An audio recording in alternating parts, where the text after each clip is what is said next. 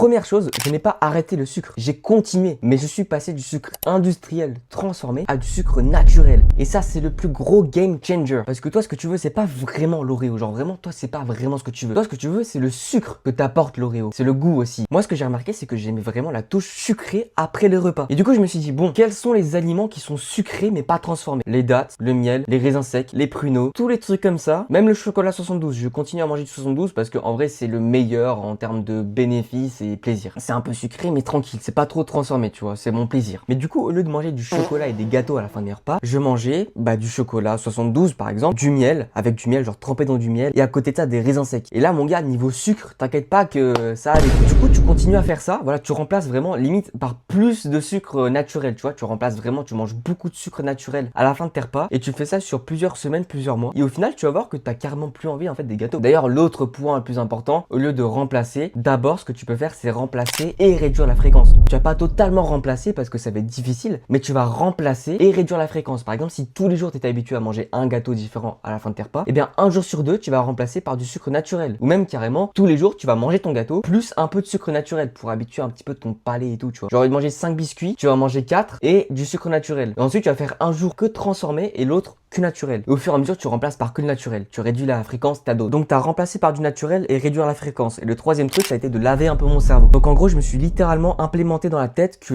tout ce qui était industriel, transformé, c'était mauvais pour moi, pour mon corps, pour tout ce que tu veux. Genre vraiment, tu vois, salement. Genre vraiment, je me suis lavé le cerveau. Et je pense pas que c'est une mauvaise chose en soi parce que oui, fondamentalement, on est putain de sûr que c'est pas bon pour nous. Donc, c'est pas une mauvaise chose en soi. Oui, j'ai pas diabolisé. Voilà, j'en mange de temps en temps, bien sûr. Alors, c'était pas un refus catégorique, mais c'est vraiment réduire à 95%. Et du coup, maintenant, je me dis quoi? Que c'est totalement mauvais, que ça ne me sert à rien, que ça va détruire ma dopamine, que j'ai du plaisir pour aucun effort, que je vais avoir une mauvaise concentration, que je vais avoir une mauvaise productivité. Genre, y a rien qui va en fait, quoi. En plus, je ressens les effets. C'est pas comme si c'était faux. Genre, en étant quelqu'un qui mangeait vraiment que ça, à quelqu'un qui n'en mange plus, je peux te dire la différence. Du coup, je peux te dire que en plus de ça, en sachant moi-même la différence qu'il y a entre les deux, eh ben, je choisis largement l'autre côté. Et du coup, je sais que je vais garder l'autre côté. J'en ai fait moi-même l'expérience. Donc, je marquais des pages et des pages de c'est pas bon ça parce que, voilà, c'était de manière précise. Hein. J'ai noté pourquoi c'était pas bon, pourquoi. J'ai regardé des vidéos de plein de gens qui disaient que c'était pas bien, pourquoi c'était pas bien. Je me suis bien renseigné sur le sujet et j'ai fait des tests en plus de ça par rapport à moi. Parce que si tu ne l'as pas testé, tu peux pas dire que c'est bien ou mal. Genre,